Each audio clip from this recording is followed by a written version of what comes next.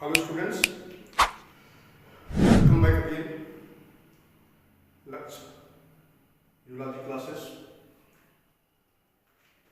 I hope that all of you find a very good evening to all of you. Today I would like to discuss important topic or important short notes regarding to the ecology or environmental biology. प्रिय विद्यार्थियों, आज के इस lecture में आज हमें बहुत ही important topic जिसका नाम है ग्लोबल वार्मिंग, जो एक बर्निंग टॉपिक है, that is the green house effect की बात करेंगे, जो कि पर्यावरण से संबंधित है, इकोलॉजी सेक्शन से संबंधित है। तो what is global warming, what is green house effect, इसी पर आज हम डिस्कस करेंगे। दूसरे का डेफिनेशन है ग्लोबल वार्मिंग। ग्लोबल वार्मिंग को हिंदी में कहते हैं वैश्विक, ग्लोबल माने ग्लोब यानी वैश्विक, वार्मिंग माने तापमान।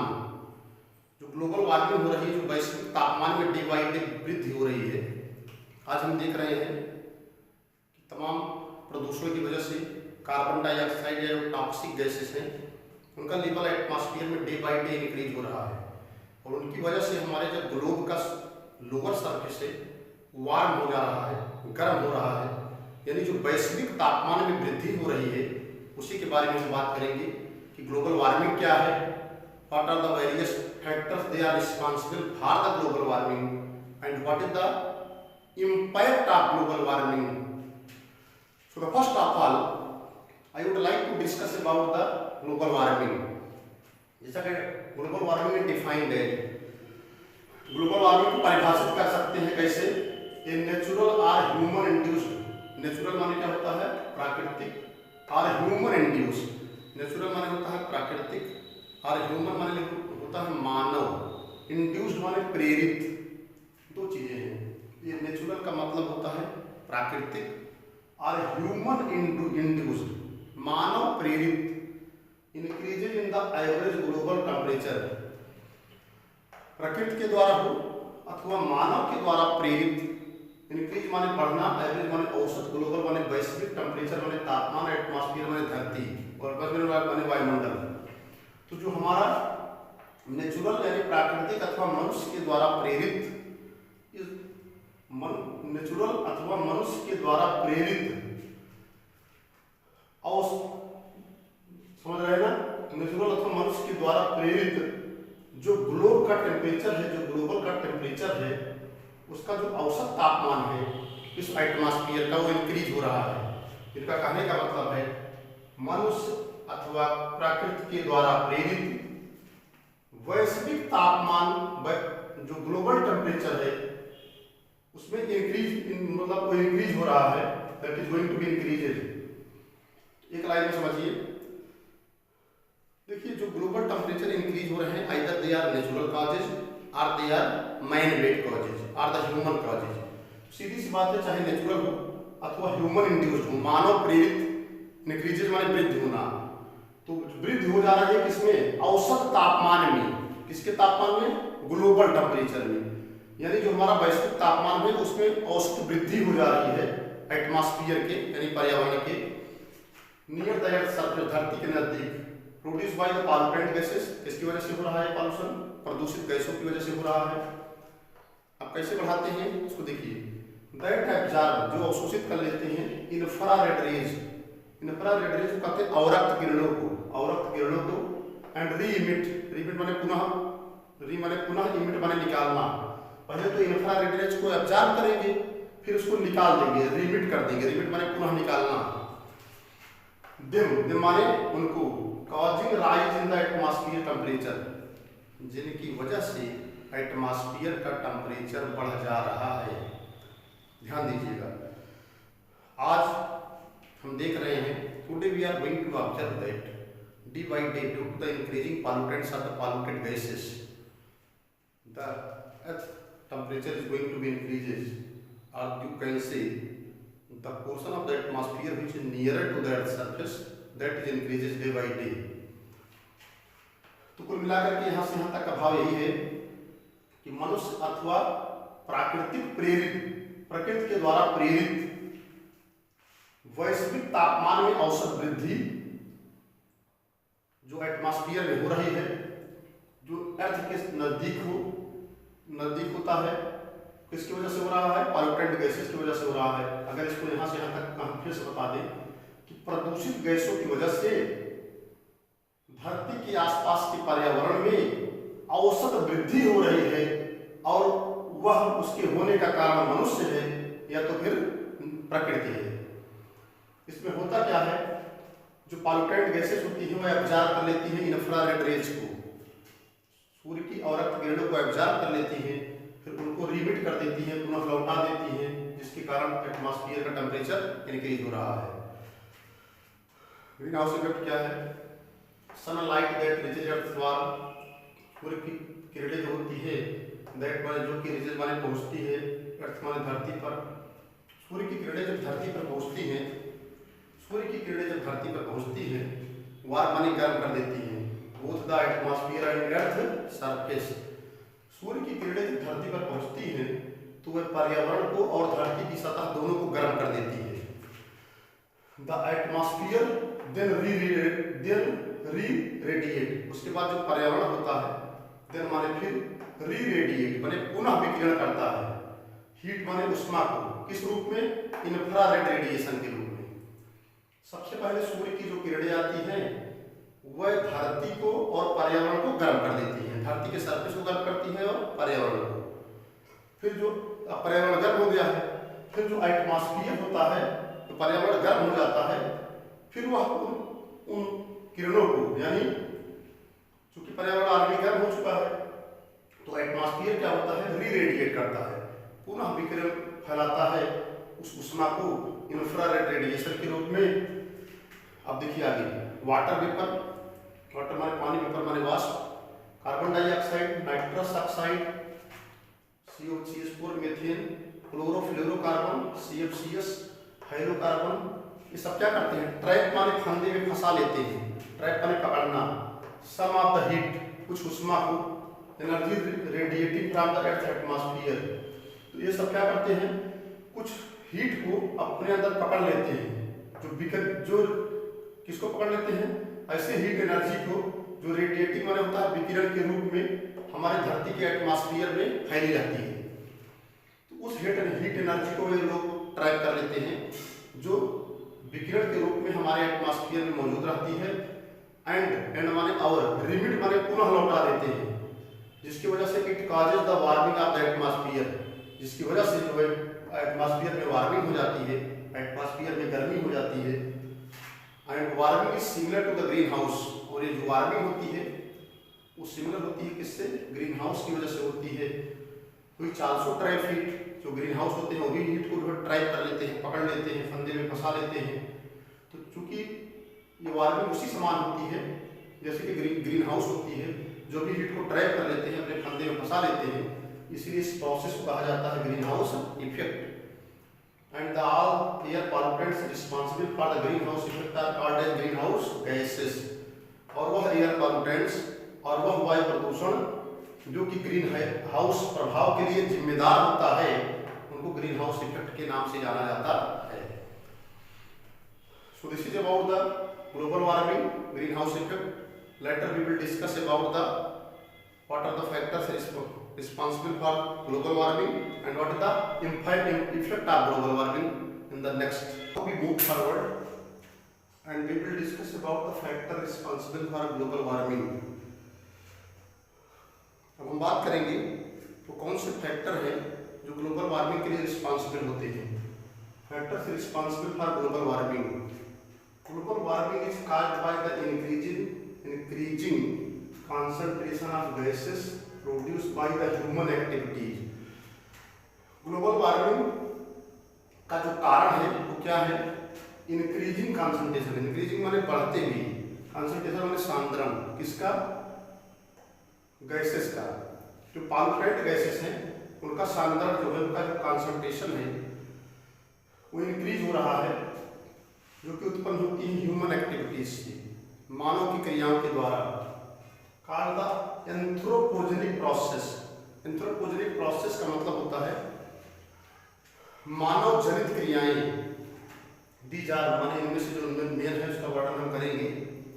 तो due to the anthropogenic activity, मानव जनित क्रियाओं के कारण, we have to be keeping in mind that due to the anthropogenic activity the pollutant gases are emitted।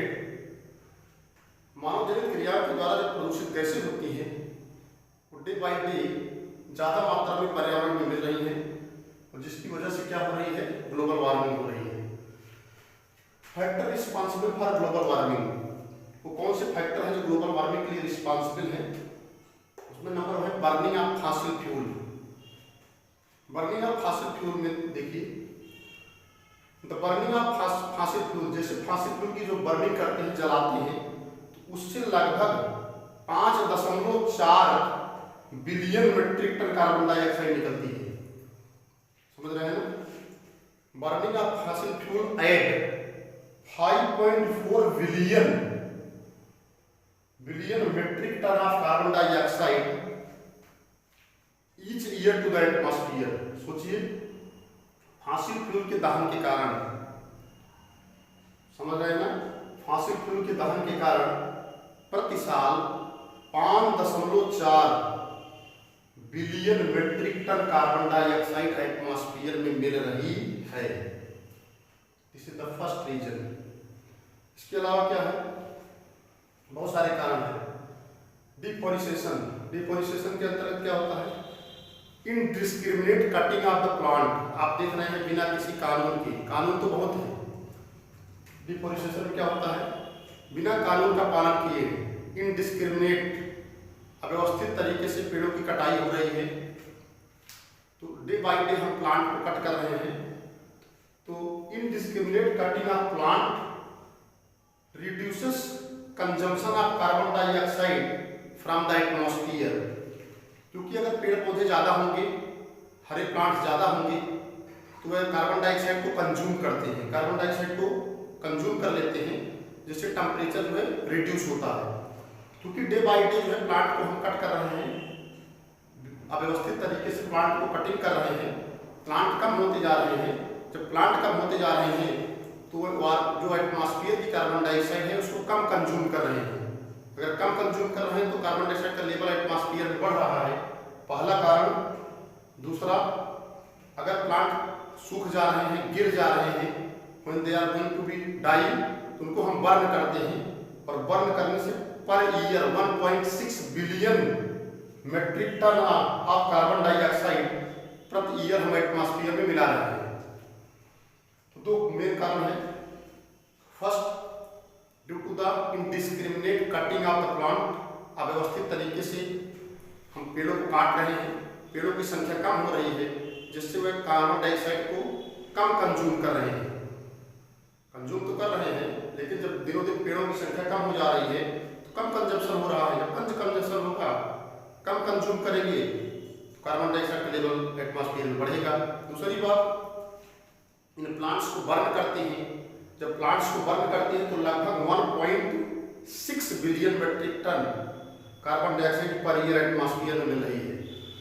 So these two activities, first one is the indiscriminate cutting of the plant, second is the burning of the plant. इन दो क्रियाओं के कारण जो हो रहा है, rate of जो कार्बन डाइऑक्साइड का है वो एटमॉस्फेयर में इंक्रीज हो रहा है, 0.5% पर ईयर इंक्रीज हो रहा है, दो कारणों से। एक तो जो है अव्यवस्थित तरीके से पौधों की कटाई करना, दूसरी बात प्लांट को बर्न करना, जलाना, जिससे कार्बन डाइऑक्साइड जो है एटमॉस्फेयर में ऐड हो रही है। तो इन दो कारणों के कारण प्रति साल 0.5% कार्बन डाइऑक्साइड का कॉन्सेंट्रेशन एटमॉस्फेयर में इंक्रीज हो रहा है। आज के डेट में प्रेजेंटली कार्बन डाइऑक्साइड का जो कॉन्सेंट्रेशन है लगभग 370 ppm है, और आने वाले समय में 2050 में ऐसा उम्मीद है कि इसका कॉन्सेंट्रेशन लगभग जो है पहुंच जाएगा 450 के आसपास, near about 450 ppm in 2050।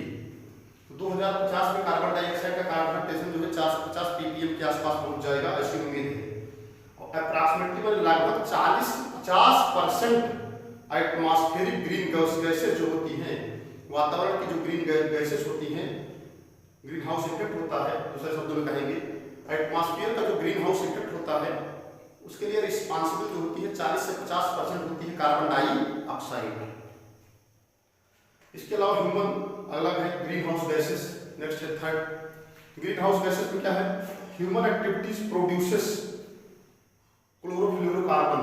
Green house gases में क्या होता है, ह्यूमन एक्टिविटीज के द्वारा क्या उत्पन्न होता है, क्लोरोफ्लोरोकार्बन है, मीथेन है, नाइट्रस ऑक्साइड है, ओजोन है। ये सब ह्यूमन एक्टिविटीज यानी एंथ्रोपोजेनिक एक्टिविटीज के द्वारा उत्पन्न होती है। दीज अक्यूमुलेट इकट्ठा होती हैं and these accounts 40 to 50% of the green house effect. ऐसा माना जा रहा है, इट इज प्रिडिक्टेड, ऐसा माना जा रहा है ग्रीन हाउस इफेक्ट जो है will rise the global temperature. ऐसा मानते हैं कि जो ग्रीन हाउस इफेक्ट होता है, ग्रीन हाउस इफेक्ट जो will causes rise to the global temperature. Green house effect की वजह से जो ग्लोब है वैश्विक तापमान में वृद्धि हो रही है बाई 0.5 डिग्री सेंटीग्रेड बाई 2020 से ऐसा मान रहे हैं 0.5% पर ईयर बढ़ रहा है। और ऐसा माना जा रहा है कि ये आने वाले समय में 2050 तक 5% तो जो है 0.5% कार्बन डाइऑक्साइड की वजह से तापमान में इंक्रीज हो रही है। इसके अलावा जो अदर गैसेस है वो भी टेम्परेचर को राइज कर रही है 0.5%। ऐसा माना जा रहा है कि डे बाय डे ये गैसेस जो होती है वातावरण को वार्म कर रही है, ग्रीन हाउस यानी हमारे ग्लोब के टेम्परेचर्स को इंक्रीज कर रही हैं और 2050 तक ग्लोबल वार्मिंग बहुत ज़्यादा, ग्लोब का टेम्परेचर बढ़ जाएगा और हमारे जो आइस मेल्ट्स वगैरह हैं, पोलर आइस वगैरह है पिघलने लगेंगी। तो ये सब ग्रीन हाउसेस की वजह से रिस्पॉन्सिबिलिटी है। अब इफेक्ट क्या होगा, इफेक्ट ऑफ ग्लोबल वार्मिंग में पहला है rise in C level. Sea कहता global warming is expected to increasing the sea level. ऐसा उम्मीद करते हैं सी लेवल बढ़ रहा है, धरती समुद्र का जो लेवल है, समुद्र का जो लेवल है बढ़ रहा है। इसमें पहला है कोस्टल फ्लडिंग, ठीक है। पहली बात जो थर्मल एक्सपेंशन होता है, कभी कभी तापीय फैलाव होता है। इसके अलावा melting of glacial ice, glacier की जो आइस है वो भी पिघल रही है।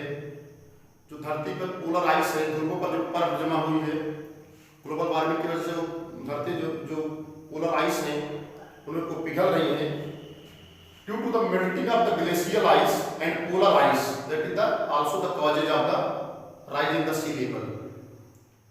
कोस्टल फ्लडिंग क्या होता है, कोस्टल माने तटीय, फ्लडिंग माने बाढ़ आना, तट पर बाढ़ आ जा रही है।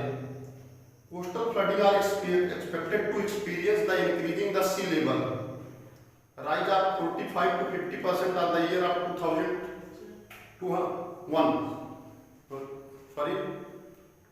2100 मीन्स 2100 यानी 2100 आने वाले 2100, अभी तो हम 2023 चल रहा है, 2100 तक आते आते ऐसा माना जा रहा है कि जो कोस्टल रीजन है उसका जो सी लेवल है वो 45 से 55% सेंटीमीटर जो है बढ़ जाएगा।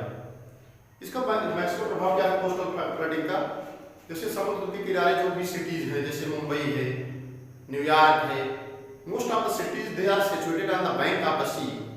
बहुत सारे शहर ऐसे होते हैं जो शहर के किनारे बसे होते हैं, आने वाले समय में खतरा है कहीं ये डूब ना जाए, फ्लडिंग का शिकार ना हो जाए, बाढ़ में समा ना जाए, इसीलिए सबसे बड़ा खतरा कोस्टल फ्लडिंग का है। इसके अलावा है change in the coastal ecosystem. Coastal ecosystem का मतलब होता है तटीय इकोसिस्टम माने पारिस्थितिक तंत्र। इसके अंतर्गत है जैसे मार्सेस है, दलदल है, स्वयं है, ये सब कुड मूव इनटू इनलैंड, ये सब चले जाएंगे move inland to higher ground, ये सब चले जाएंगे कुछ स्थानों पर। This puts the additional pressure on the human population in coastal zone. ये सब जो होते हैं जाकर के कोस्टल जोन में पाए जाने वाले ह्यूमन पॉपुलेशन को जो है प्रभावित करेंगे। अगला है ground water supply.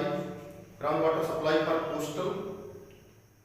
Coastal communicate would be threatened by the salt water intrusion, क्योंकि ये ग्राउंड वाटर सप्लाई जो आसपास के ग्राउंड वाटर होते हैं उसमें साल्ट जो है, क्योंकि समुद्र का पानी खारा होता है, फ्लडिंग वगैरह आती है, तो कभी कभी जो साल्टी वाटर है वो भी ग्राउंड वाटर में मिक्स हो जाता है, जिससे वहाँ पे रहने वाले लोग प्रभावित होते हैं। so they are going to be threatened by the salt water intrusion। तो साल्ट वाटर के इंट्रूशन से, साल्ट वाटर के आगमन से जो ग्राउंड वाटर है वो भी प्रभावित होता है, वाटर जो साल्टी हो जाता है। तो जो the population which are living in the that particular area that is also threatened. तो this is more and more information regarding this, some important discussions some are also mentioned here। Changes in the climatic pattern, global warming is expected to introduce climatic change। Global warming की वजह से climatic change भी हो रहा है, जिसकी वजह से crop production, forestry, human health, इसके अलावा मिड एल्टीट्यूडनल क्लाइमेट चेंज ये सब शिफ्ट हो रहे हैं नॉर्थवर्ड, ठीक है। इसके अलावा ग्रेन ग्रोइंग एरिया जो है शिफ्ट हो रही है नॉर्थवर्ड में, जैसे कनाडा और रशिया में शिफ्ट हो रही है। फॉरेस्ट में भी डिसअपियर हो रहे हैं, ड्रायर कंडीशन हो रही है, ये सारी चीजें हो रही है क्लाइमेट पैटर्न के चेंज होने से। लास्ट में है अकरेंस ऑफ साइक्लोन। साइक्लोन माने जानते हैं भूकंप आना, हरिकेन माने होता है प्रचंड वायु या तूफान का आना। Because of the global warming more heat energies fade into the atmosphere. Global warming की वजह से ज्यादा से ज्यादा हीट एनर्जी जो है, फेड माने पोषण मिलना, ज्यादा से ज्यादा हीट एनर्जी जो होती है एटमॉस्फेयर में आती है। There is changes in the frequency और the intensity of violent storm. तो संभावना होती है कि वायलेंट यानी विभीषक तूफान आएगा। So there is a frequent occurrence of the large cyclone and hurricanes. तो लार्ज साइक्लोन और हरिकेन्स की आने की संभावना होती है। तो this is all about the factor responsible for global warming and effect of the global warming. I hope that you must be interested all about this। That's all today। Thank you for watching the video। आप लोग like करिएगा, subscribe करिएगा।